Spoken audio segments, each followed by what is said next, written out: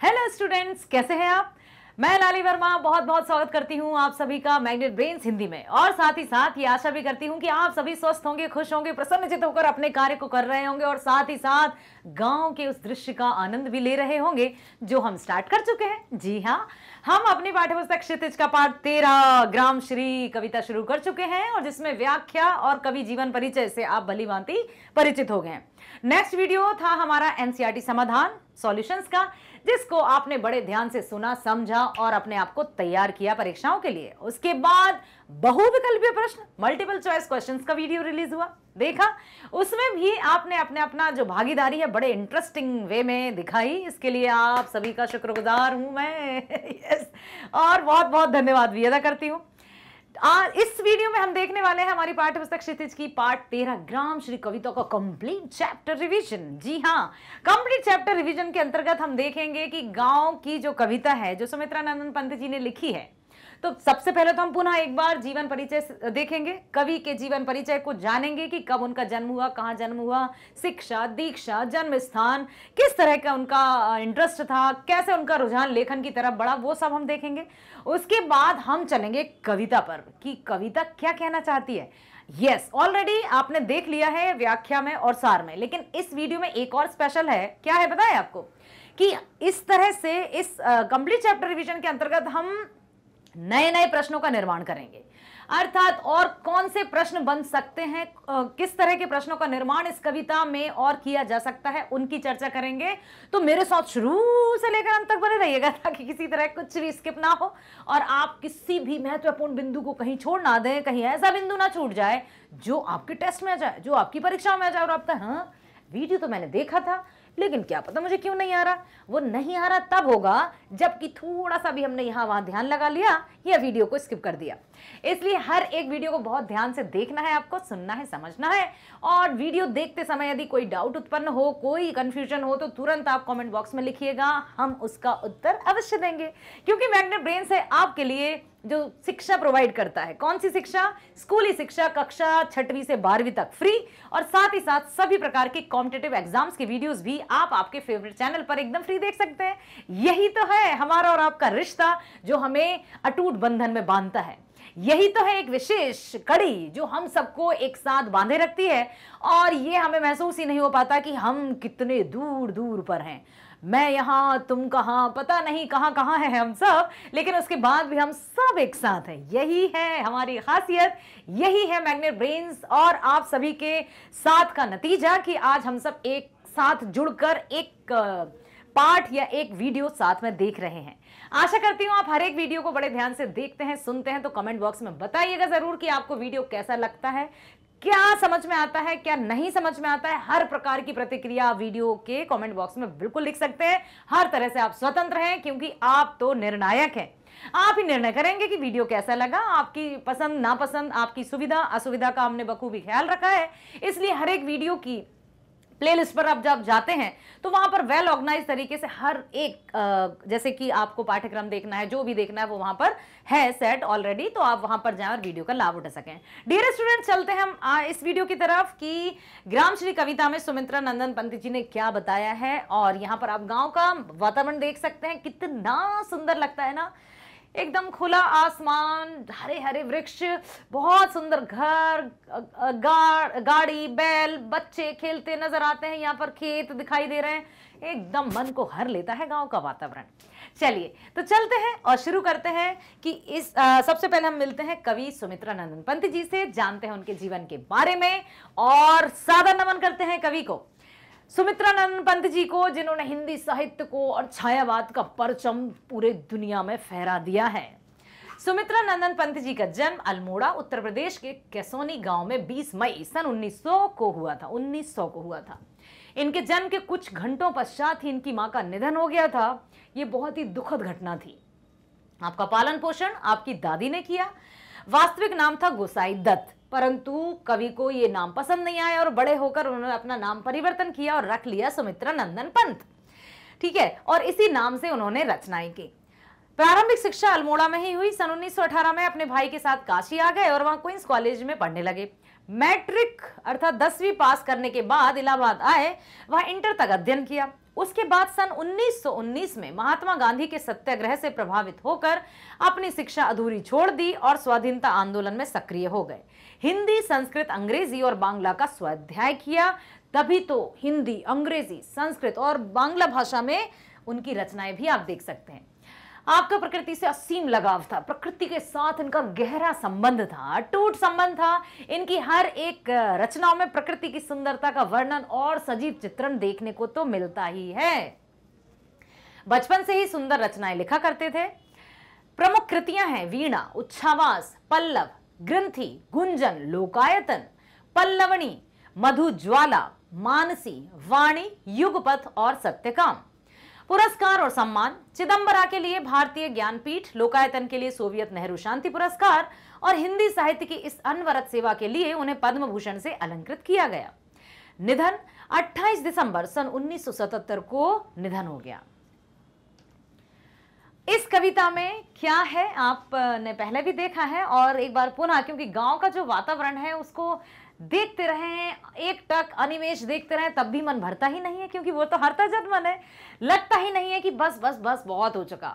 एकदम आकर्षक बना हुआ ये माहौल, प्रकृति का ये सुंदर चित्रण मात्र गांव में ही देखने को मिलता है। और वैसे भी भारत को ग्रामीण देशों का ही राज कहा जाता है। आपने भी इतिहास में भी पढ़ा है और आप धीरे धीरे अब गांव से हम थोड़े थोड़े दूर जाते जा रहे हैं। इसका कारण आपको पता है कि विकास के साथ साथ कहीं ना कहीं हम गांव से आगे बढ़ते हुए गांव को पीछे छोड़ते जा रहे हैं। लेकिन फिर भी गांव की एक अपनी अलग पहचान है। गांव सुनते ही बहुत सुकून मिलता है, बहुत अच्छा लगता है, मन में पवित्रता का वास हो जाता है, स्वच्छ शुद्ध हवा का आभास होने लगता है, चारों तरफ हरियाली, विदाउट एनी टेंशन, कोई चिंता नहीं, सब कुछ जैसे बस हो जाता है, सब कुछ बहुत अच्छे से हो जाता है। यही होता है।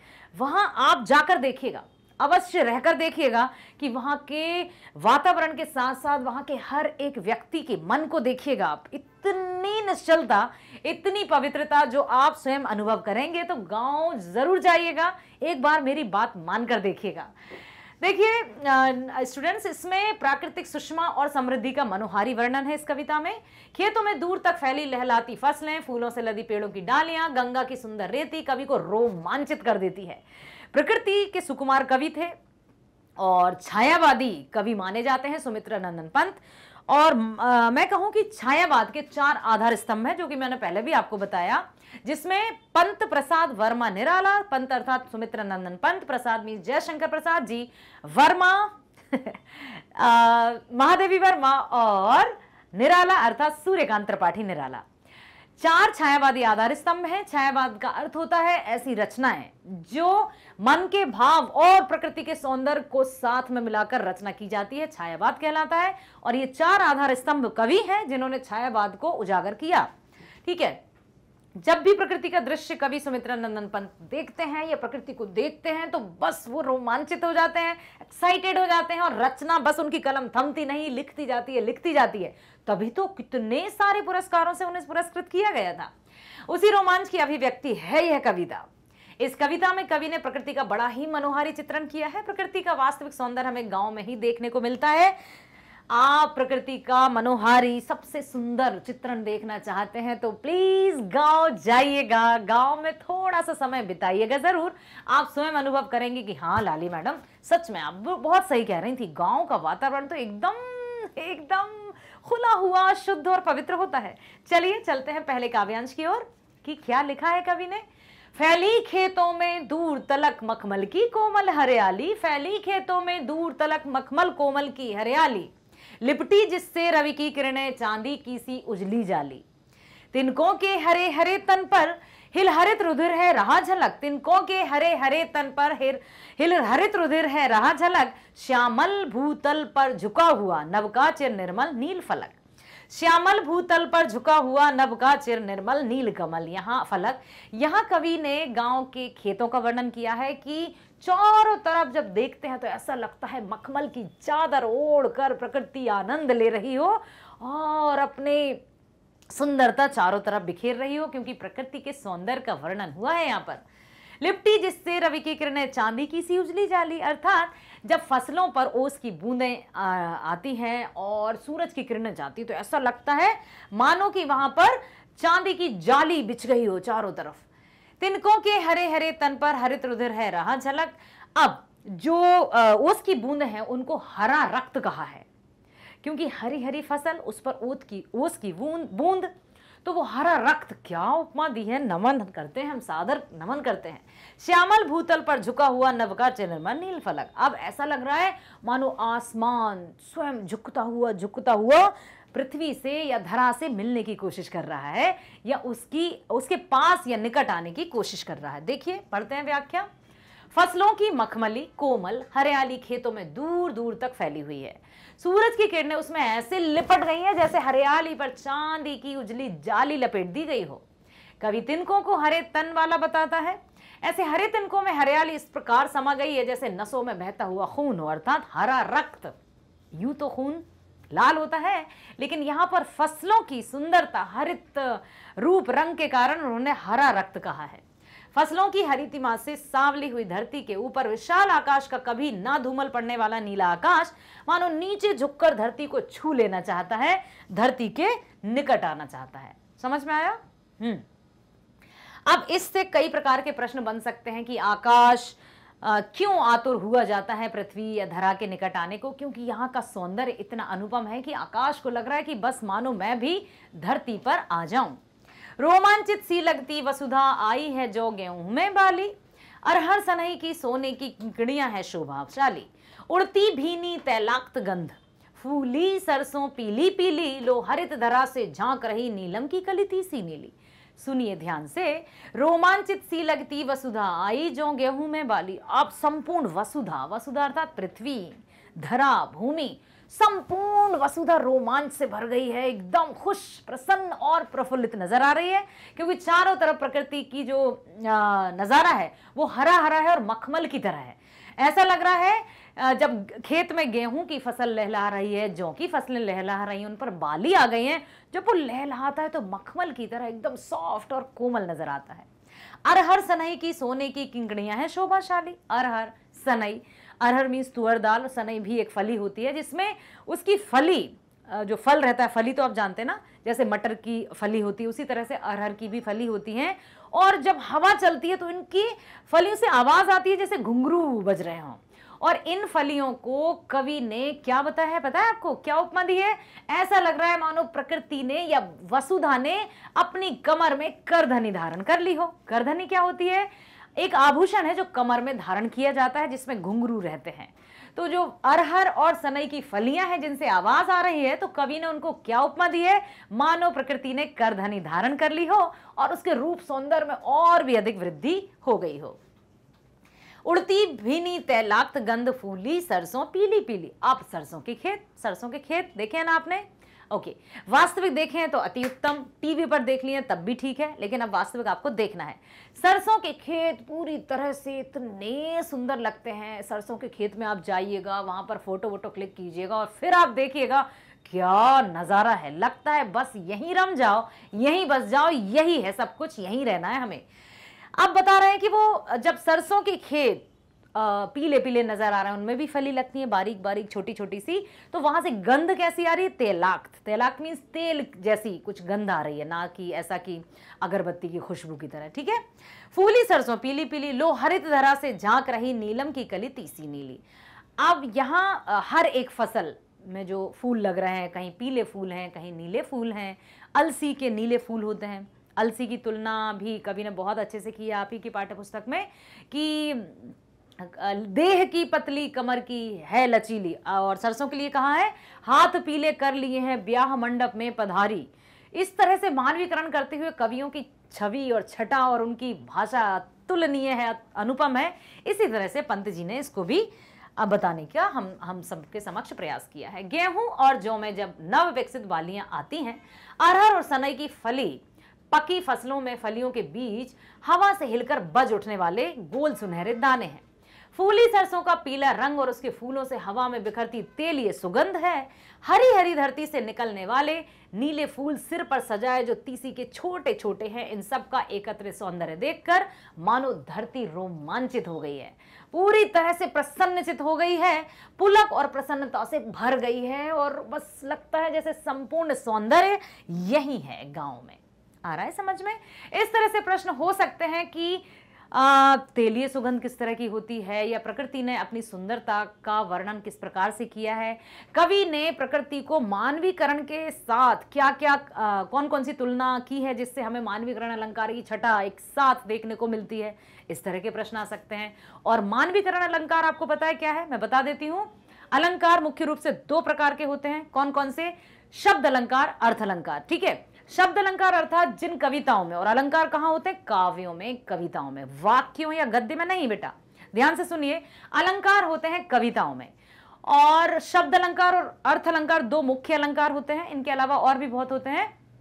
शब्द अलंकार होता है जिन काव्यों में शब्दों के प्रयोग से सुंदरता आए, कविताओं में शब्दों के प्रयोग से सौंदर्य में वृद्धि हो या चमत्कार उत्पन्न हो, वह शब्द अलंकार। और जिन काव्यों में अर्थों के प्रयोग से सौंदर्य या चमत्कार हो, वहां अर्थ अलंकार। ठीक है, इतना क्लियर हुआ। शब्द अलंकार के होते हैं तीन भेद, एक होता है अनुप्रास, दूसरा होता है यमक, तीसरा होता है श्लेष। और अर्थ अलंकार के होते हैं पांच भेद, उपमा, रूपक, उत्प्रेक्षा, मानवीकरण, अतिशयोक्ति। अब आप सोच रहे हैं कैसे याद रखेंगे? रख पाएंगे? सुनिएगा ना, ध्यान से सुनिए, आप रख पाएंगे। एक बार नहीं समझ पाए फिर से देख लीजिएगा, समझ में आ जाएगा। अनुप्रास शब्द अलंकार का पहला जो अलंकार है वो है अनुप्रास, फिर है दूसरा यमक, तीसरा है श्लेष। अनुप्रास अलंकार किसे कहते हैं? जिन कविताओं में वर्ण की आवृत्ति हो, जैसे रघुपति, राघव, राजा, राम, कौन सा वर्ण या अक्षर आ रहा है? रा, रा, रा। या फिर चंदू के चाचा ने चंदू की चाची को चांदनी रात में चांदी की चम्मच से चटनी चटाई, कौन सा वर्ण या अक्षर आ रहा है? चा। ठीक है, तो जिन काव्यों में वर्ण की आवृत्ति से लय आए, सुंदरता है, वहां पर अनुप्रास अलंकार। और दूसरा है यमक, जिन कविताओं में शब्दों के प्रयोग से सुंदरता में वृद्धि हो, अर्थात एक ही शब्द रिपीट हो और जितनी भी बार वो रिपीट होगा उतने ही बार उसके अर्थ अलग होंगे। कैसे? बता देती हूं। सिंपल सा सबसे कॉमन उदाहरण मैं आपको देती हूं, जैसे काली घटा का घमंड घटा। बताइए कौन सा शब्द रिपीट हुआ है? काली घटा का घमंड घटा। घटा शब्द का रिपीटेशन हुआ है। पहली घटा अर्थात काले काले बादल जो पानी होने से पूर्व आते हैं, बारिश होने से पूर्व।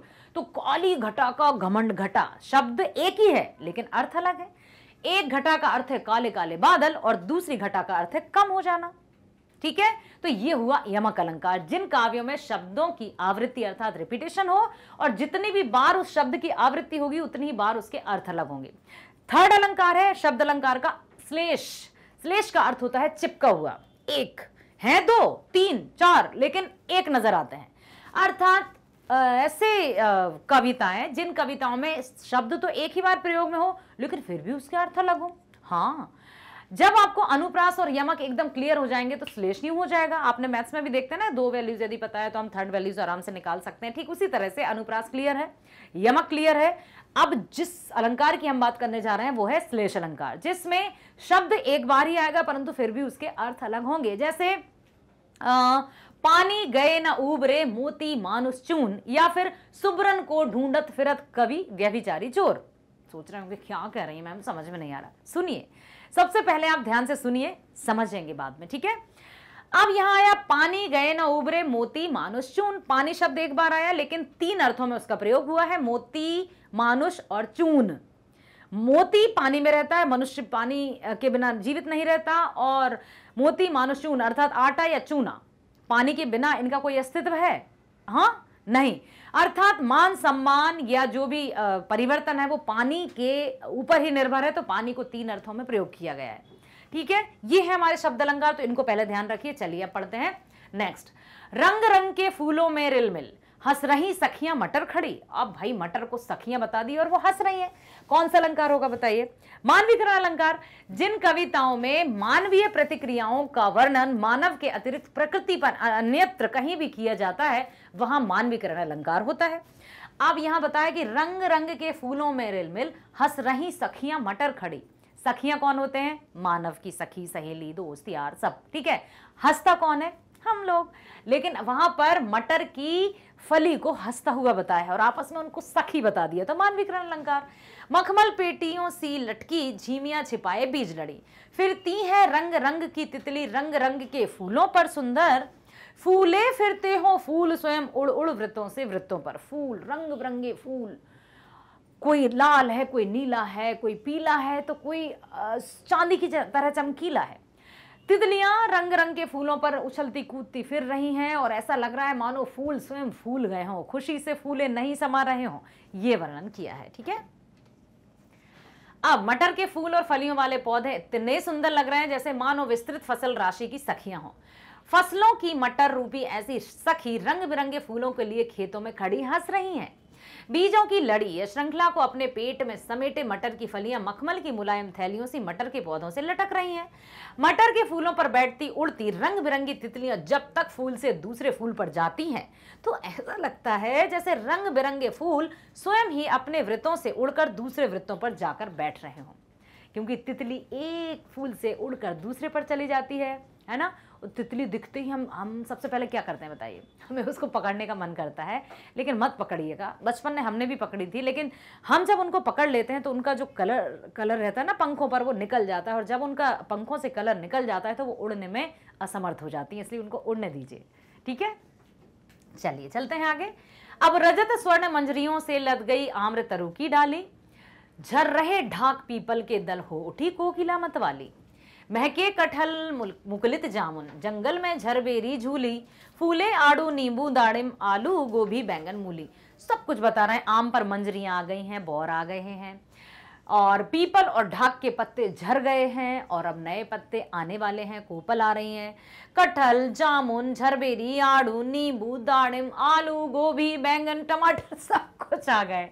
सब कुछ चारों तरफ देखिए आप, हर एक सब्जी, हर एक फूल, हर एक फल गांव में आपको एक ही जगह देखने को मिल सकता है और वो भी एकदम शुद्ध, पवित्र और एकदम सुंदर। ठीक है, जब हम खेतों से किसी भी फली को खाते हैं, चाहे वो मटर की फली हो या जो चने का फल रहता है वो हो या फिर चने का या फिर आम के आप बौर देखें, खुशबू देखें तो वो बहुत अच्छा लगता है। टमाटर भी जब एकदम पेड़ से खाओ ना, हो बहुत अच्छा लगता है। गांव की धरती केवल फसलों से सौंदर्यपूर्ण नहीं है बल्कि बाग बगीचों में उगे आम की डालियां अब बौरों से लद गई, उसकी शोभा और भी बढ़ गई है। वासंती मौसम आने के कारण ढाक और पीपल के पुराने पत्ते झड़कर नव पल्लवों से विकसित होने का अवसर दे रहे हैं। आम्रवन की रजत स्वर्ण आने के कारण महक उठे हैं स्वर्ण। मंजरियों को देखकर कोयल भी कूकने लगती है। वसंत का मौसम जब आता है तो कोयल अपनी मधुर वाणी में कूहू कूहू करती है और वातावरण को बहुत अच्छा बना देती है और मतवाली सी हो गई। कटहल फल आने के कारण महक उठे हैं और जामुन के पेड़ों पर भी जामुन के गुच्छे मुकुलित होने लगे हैं। जैसे बगीचे में इन वृक्षों में फल आ गए, वैसे ही जंगल में झरबेरी के पेड़ों पर झरबेरी के गुच्छे फल लटक रहे हैं। आड़ू, नींबू, अनार पेड़ों में फल के पूर्व आने से पहले फूल लग गए। इन सब की तरह ही सब्जियां जैसे आलू, गोभी, बैंगन, टमाटर, मूली सब अपने विकास को प्राप्त कर रहे हैं। और मेन चीज पता है क्या होता है कि क्या खाना है, ये खाना है। आज तो ऐसा लगता है पालक के भजिए या पकौड़े बनाए, अरे अभी लाते हैं ना पालक तोड़कर, यही तो है, मतलब शुद्ध। और शहर में क्या होता है, हम एक साथ सब्जियां लेकर आ जाते हैं या फिर वो रखी रहती है, फिर हम उनका उपयोग करते हैं। जबकि गांव में सब कुछ एकदम तरोताज़ा, शुद्ध और पवित्र। हाँ, हम हर समय तो वहाँ नहीं रह सकते हैं क्योंकि हम अपने अपने कार्यों में, अपने अपने कर्मों में इतने लीन हैं कि हमें अपनी कर्म भूमि में ही रहना होता है और यही सही है। लेकिन कभी ना कभी गांव की सैर कीजिएगा अवश्य। अगले पर चलते हैं। पीले मीठे अमरूदों में अब लाल लाल चित्तियां पड़ी, पक गए सुनहले मधुर बेर आंवले से तरु की डाल जड़ी, लहले पालक महमे धनिया, लौकी और सेम फली फैली, मखमली टमाटर हुए लाल, मिर्चों की बड़ी हरी थैली। हर एक फल फूल का यहाँ पर वर्णन किया है कि अमरूद के पेड़ हैं, उन पर अमरूद आ गए हैं, अब पीले पीले हो गए हैं अमरूद खाने में। ओहो, मुझे बिल्कुल गांव की याद आ गई सीरियसली। जब मैं गांव जाती हूँ ना तो अच्छा आम का पेड़ है, कैरी खाते हैं कच्ची कच्ची, मज़ा आ जाता है। ओहो, अमरूद भी लगा है, एक अमरूद चाहिए मुझे तुरंत। जामुन भी है, मतलब मैं अपने गांव की बात, जामुन तो मौसमी फल है और बहुत अच्छा लगता है। जामुन का पेड़ बहुत नाजुक होता है, उस पर चढ़ा नहीं जाता, चढ़ते हैं तो उसकी ब्रांच एकदम डाली टूट जाती है, तो उसको जब थोड़ा सा हिलाते हैं तो जामुन झड़ झड़ नीचे गिर जाती है, और फिर उन जामुनों को खाइए। नीचे कुछ बिछा लिया जाता है, कोई भी चादर वगैरह, उसमें झड़ जाती हैं। आंवले से तरु की डाल जड़ी, लहलह पालक, धनिया, पालक, मिर्च, सब कुछ बहुत शुद्ध और है यहाँ पर। पीले अमरूद अब लाल पत्तियों वाले हो गए हैं, अर्थात पहले से अधिक मीठे और सुंदर हो गए हैं। बेर पक गए हैं, अमली डालों पर बहुत से फलों के गुच्छे लटक रहे हैं। कहीं खेतों में पालक लहला रही है तो कहीं धनिया की भीनी खुशबू फैल रही है। कहीं लौकी और सेम की लताओं में लौकी और सेम झूल रही हैं, तो कहीं मखमल से मुलायम टमाटर हरे से लाल हो गए हैं। मिर्च के गुच्छों को देखकर कवि की कल्पना उन्हें बीजों से भरी हुई हरी थैली के रूप में प्रस्तुत करती है। जब मिर्च का पेड़ आप देखेंगे, होता है इतना, ठीक है, इतना, उसमें जब मिर्च लगती है तो वो हरी मिर्च आप खाइए, अकेले तो नहीं, अब हम मिट्ठू तो है नहीं, तोता तो है नहीं कि सिर्फ मिर्च खाएंगे, खाने के साथ हरी मिर्च का आनंद तो वही मिर्च दे सकती है। नेक्स्ट चलते हैं, बालू के सांपों से अंकित गंगा की सतरंगी रेती, सुंदर लगती सरपत छाई, तट पर तरबूजों की खेती। अंगुली की कंगी से बगुले कलगी संवारते हैं, कोई तिरते जल में सुरखाब पुलिन पर मगरौठी रहती सोई। गंगा के किनारे का वर्णन किया है कि जब लहरें आती हैं, लहरें कैसे होती हैं, एकदम ऐसे सांप की तरह लहराती हुई आती हैं, और कभी आती हैं कभी चली जाती हैं। लहरें, कहते हैं ना, समय और लहरें किसी की प्रतीक्षा नहीं करती, time and tide wait for none, आपने सुना है। तो इस प्रकार से जब गंगा के किनारों पर जब लहरों का इस तरह से आवागमन होता है, आना जाना होता है, और रेत पर जब सनरेज या सूरज की किरणें जब पड़ती हैं, तो लगता है वो सर्प की समय चमक रही हो, जैसे सांप चमकता है ना, वैसे तरबूज और हर तरह का वर्णन किया। गंगा की रेती जो सूर्य का प्रकाश पड़ने के कारण सतरंगी बनकर चमक रही है, वह बालू के सांपों से अंकित है। उसके चारों ओर सरपत की घनी झाड़ियां और तट पर तरबूजों के खेत बड़े सुंदर लगते हैं। जल में अपने एक पैर को उठाकर सिर खुजलाते बगुले ऐसे, एक पैर को उठाकर सिर खुजलाते बगुले ऐसे दिखाई देते हैं जैसे बालों में कंघी कर रहे हैं। आपने देखा ना, बगुला एक पैर उठाए रहता है और एक पैर उठाकर वो अपने ऐसे ऐसे खुजलाता भी है। तो ऐसा क्या कहा है उन्होंने, ऐसा लग रहा है मानो वो भी अपने बालों को संवार रहा है और कंघी कर रहा हो। गंगा के इस प्रवाहमान जल में कहीं सुरखाब तैर रहे हैं, तो कहीं किनारे पर मगरैठी, एक विशेष प्रकार की चिड़िया ऊँघती हुई सी दिखाई देती है। सुख में सब के सब अलसा गए हैं, अच्छा लग रहा है सबको, मुग्ध हो गए हैं प्राकृतिक सौंदर्य में, प्रकृति की छटा में। हसमुख हरियाली हिम आतप, सुख से अलसाए से सोए, भीगी अंधियाली में निशी की तारक स्वप्नों में से खोए। मरकत डिब्बे सा खुला ग्राम, तिस पर नीलम नव आच्छादन, निरुपम हिमांत में स्निग्ध शांत, निज शोभा से हरता जनमन। देखिए, हसमुख हरियाली हिम आतप, हरियाली हसमुख लग रही है, ऐसा लग रहा है जैसे प्रकृति का हर एक कण, चाहे वो फसल हो, वृक्ष हो, फल हो, फूल हो, लग रहा है मानो वो मुस्कुरा रहे हो और हंस रहे हो, और प्रफुल्लता से अपने आप को हर एक जो पेड़ पौधे हैं वो अपने आप को दिखा रहे हैं, उनकी प्रसन्नता को। भींगी अंधियाली में निशी की तारक स्वप्नों में से खोए, मरकत डिब्बे सा खुला ग्राम, जिस पर नीलम नव आच्छादन, निरुपम हिमांत में स्निग्ध शांत, निज शोभा से हरता जनमन। मरकत डिब्बे सा खुला ग्राम, ऐसा लग रहा है गांव का दृश्य जैसे हर एक जो हीरा पन्ना रत्न सब का सब एक ही डब्बे में, और वो डब्बा खुला हुआ हो, चकाचौंध कर देने वाला सौंदर्य है गांव का। देखिए, कवि कहते हैं कि रात की भीगी अंधियारी में सुखालस्य, भीगी भीगी अंधियारी, या भीगी भीगी पलकों वाले तो गाने आपने सुने होंगे, लेकिन यहां कवि ने कहा है भीगी अंधियारी, शाम का समय, रात का समय, और उस समय सुखालस्य, सुख में उत्पन्न होने वाला आलस्य। सुखी है लेकिन आलस्य है कि कितना लगता है जैसे बस वक्त रुक जाए, यहीं थम जाए और हम यहीं पर रह जाएं, विराम चिन्ह लग जाए, पूर्ण विराम, हमें नहीं जाना है कहीं, इस तरह का सुख में आलस्य। ठीक है, से युक्त हसमुख हरितिमा को धारण करने वाली फसलें जैसे रात और तारों के सपनों में खोई हुई सी सो रही हों। रात है, सपने हैं, है ना, और सपनों में वो सुख से अलसाई हुई हैं, ना तो वो गहरी निद्रा में सोई हुई हैं कि हमें कुछ नहीं पता, कुछ जाग सी रही हैं, कुछ सो सी रही हैं, और अपने आप को सौंदर्य में परिपूर्ण भी मान रही हैं। पन्ने जैसी हरित छवि वाली इन फसलों को धारण करने वाली धरती का गांव पन्ने अर्थात मरकत के डिब्बे जैसा है। इस मरकत डिब्बे जैसे गांव के ऊपर नीला आकाश ऐसे छाया है जैसे नीलम का आच्छादन हो। नीलम रत्न है ना, नीलम, पन्ना, हीरा, पुखराज, ये सब रत्न है। तो फसलों का, गांव के सौंदर्य का कवि ने मरकत डब्बे सा खुला हुआ कहा है, जैसे एकदम रत्नों से जड़ित या रत्नों से भरा हुआ गांव है, जहां पर हर एक रत्न जो अमूल्य होता है उससे तुलना की है गांव की, कि गांव की सुंदरता की कोई कीमत ही नहीं, वो तो अमूल्य है, कोई मूल्य नहीं, बहुमूल्य नहीं, अमूल्य है, जिसका हम कोई मूल्य चुका ही नहीं सकते। इतना सौंदर्य, इतनी सुंदरता, इतनी पवित्रता, इतनी निश्चलता, इतनी शुद्धता है गांव में और होती है। यहां सब कुछ जो भी दिख रहा है ना वो वास्तविक है, कोई अतिशयोक्ति अलंकार नहीं है इसमें। आप सोच रहे होंगे अब ये अतिशयोक्ति कौन सा है? अतिशयोक्ति अलंकार होता है ऐसे अलंकार जिन काव्यों में बात को बढ़ा चढ़ाकर पेश किया जाए, मतलब कि आवश्यकता से अधिक, या यूं कहें कि जो हो ही नहीं सकता उसको भी बता दिया जाए। बढ़ा चढ़ा नहीं, अति हो गई भाई, अब तो अति हो गई, कहते हैं ना आप। तो हम सब तो अतिशयोक्ति मतलब, जैसे एक उदाहरण बता देती हूं मैं, कि आगे नदियां पड़ी अपार, घोड़ा कैसे उतरे पार, राणा ने सोचा इस पार जब तक चेतक था उस पार। अरे भाई, हाउ कैन इट पॉसिबल कि नदियां भरी है, बाढ़ आई हुई है और चेतक और राणा इस तरफ है, लेकिन राणा जी सोच ही रहे थे कि मैं नदी के उस पार जाऊं और चेतक पहुंच भी गया उस तरफ। नहीं है संभव, ये अतिशयोक्ति अलंकार। एक और बताती हूं, हनुमान की पूंछ में लगन न पाई आग और लंका सिगरी जर गई, गए निशाचर भाग। लो जी, हनुमान जी की पूंछ में अभी आग लगी नहीं, लंका जल गई है, निशाचर भाग गए और मर गए। पहले ऐसा कैसे हो सकता है कि आग लगी ही नहीं और सब कुछ हो गया?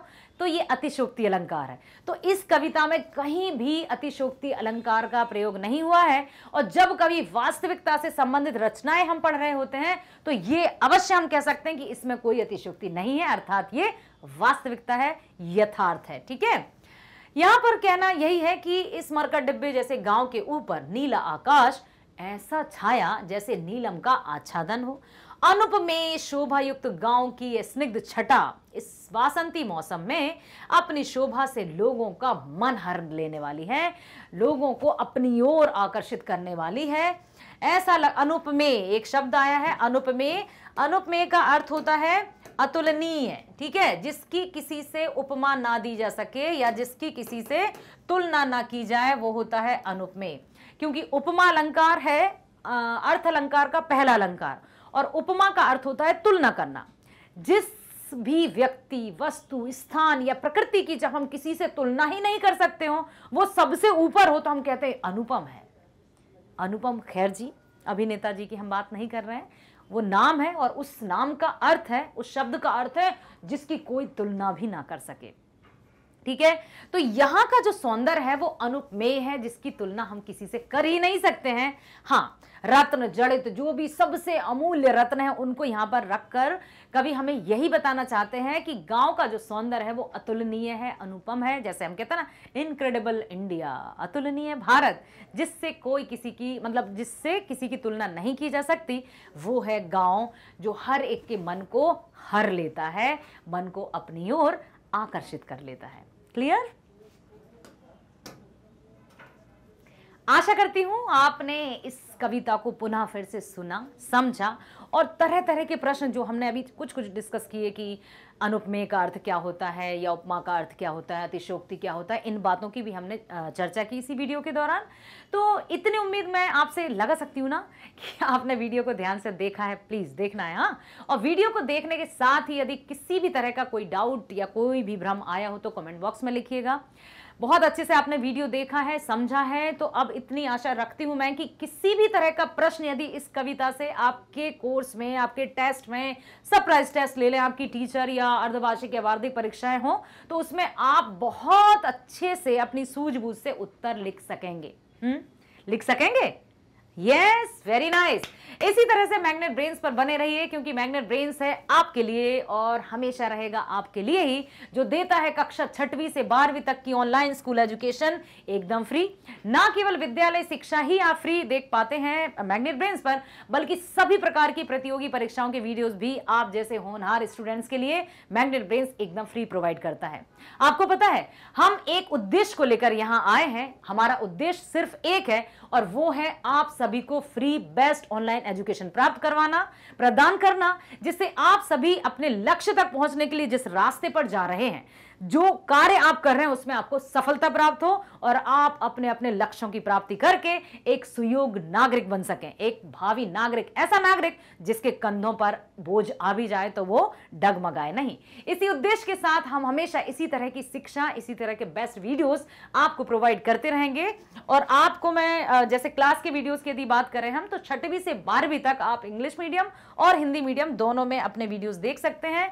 वीडियो पर जाने के लिए आप वीडियो पर क्लिक कीजिए, जैसे आपको हिंदी का वीडियो देखना है तो क्लिक किया, उसके बाद आप प्लेलिस्ट पर जाएंगे जिसमें बहुत अच्छे से एकदम वेल ऑर्गेनाइज तरीके से सेट करके रखा गया है ताकि आपको किसी तरह की असुविधा ना हो। जैसे आपको पाठ्यक्रम देखना हो, पाठ का सारांश देखना हो, है ना, या फिर संपूर्ण विषय का विवरण देखना है, एनसीईआरटी समाधान देखना है, बहुविकल्पीय प्रश्न देखना है, कंप्लीट चैप्टर रिवीजन देखना है, सब कुछ है यहां सिर्फ आपके लिए। यदि मैं कहूं कि all in one in magnet brains, तो इसमें कोई अतिशयोक्ति नहीं होगी। अतिशयोक्ति का अर्थ समझ लिया ना, अभी मैंने बताया था। अर्थात इसमें कोई हम बढ़ चढ़कर बात नहीं कर रहे हैं कि all in one platform. This is very very true, बिल्कुल सही है। और हमारी कथनी और हमारी करनी एक समान है।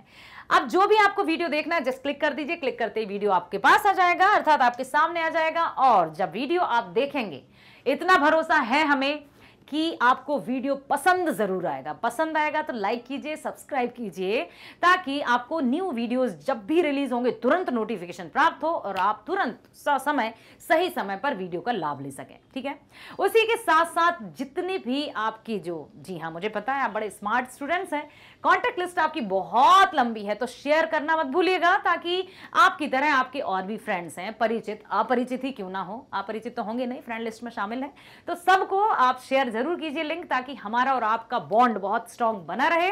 और किसी भी तरह का डाउट हो तो संकोच नहीं करना है, कमेंट बॉक्स में लिखना है। मिलते हैं नेक्स्ट वीडियो में। स्वस्थ रहिए, खुश रहिए, bye bye, thank you so much.